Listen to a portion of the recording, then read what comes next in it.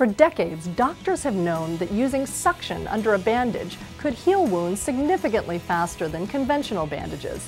But traditional wound therapy machines cost up to $20,000 to buy, and few hospitals could afford them. As a result, wound therapy was expensive, required long stays at a hospital, and was available only for a lucky few in wealthy countries.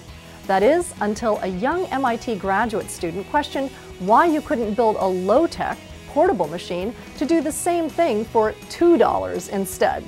Now the life-saving wound care innovation is the talk of doctors from Rwanda to Haiti, and the 28-year-old inventor, Danielle Zarovchik, is looking for the next expensive medical device she can make obsolete.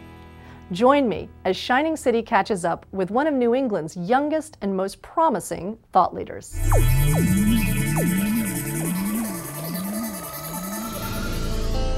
When a devastating earthquake hit Haiti in January 2010, a call to action went out around the world for help.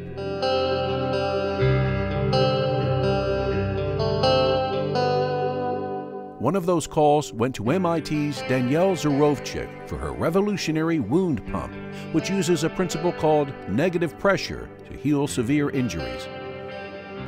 What is negative pressure? Negative pressure is a vacuum. It's about sucking on a straw, maybe. We'll compare it to that. And it's basically, we took that and you apply it to a wound bed.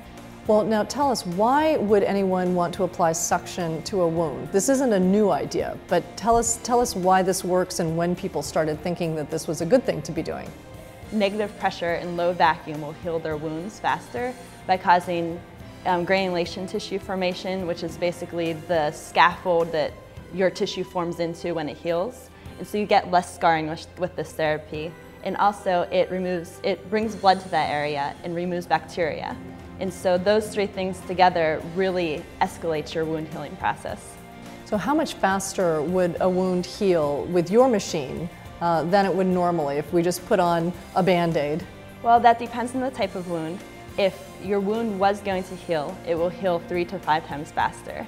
However, for diabetic ulcers or chronic wounds that would not heal, it would actually heal your wound that you would have for the rest of your life. Until now, negative pressure devices had been too costly for people to use, with machines costing upwards of $20,000. Now, you didn't just make this therapy a little bit less expensive, you've made it massively less expensive. I went through the design process and came up with a pump that would cost less than $2 to manufacture and applies a mechanical pressure. And so basically you set the pump, and then 3 to 5 days later when you're changing that dressing, you would reset the pump again. For patients, it's a big change for the better to be able to leave dressings in place for a few days, as opposed to painfully removing and replacing bandages several times a day. The other huge benefit, of course, is that speedier healing process. And so tell us what happened when the horrible earthquake happened in Haiti. In Haiti, we put it on patients, and it was very successful. And so we didn't want this to be seen as a research effort because it was purely humanitarian in Haiti. And so we only put it on clean wounds.